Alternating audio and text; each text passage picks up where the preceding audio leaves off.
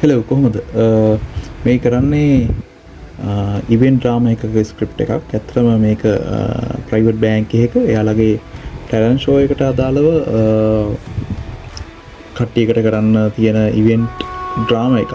එයාලගේ කම්පිටිෂන් එකකුත් ඒකත් එක තියෙනවා.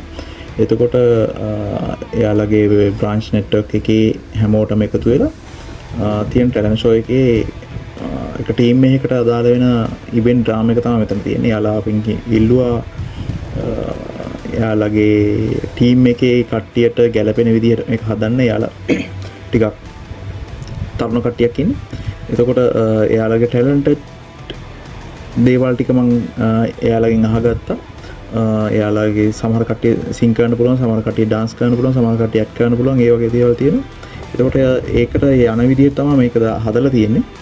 මේක දැන් සීන්ස් දෙකක් එන විදිහ තමයි හදලා තියෙන්නේ. එතකොට එක සීන් එකක් ටිකක් දිග සීන් ෆස්ට් සීන් එක ගොඩක් දිගයි, සෙකන්ඩ් සීන් එකත් ඒ වගේම දිගයි.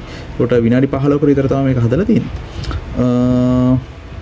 ඔව් මේකේ මම ස්ක්‍රිප්ට් එකට අමතරව එයාලා හම්බෙලා මේක ගැන කතා කරලා එයාලට පොඩි ගයිඩන්ස් එකක් දෙන්නත් බලාපොරොත්තු වෙනවා.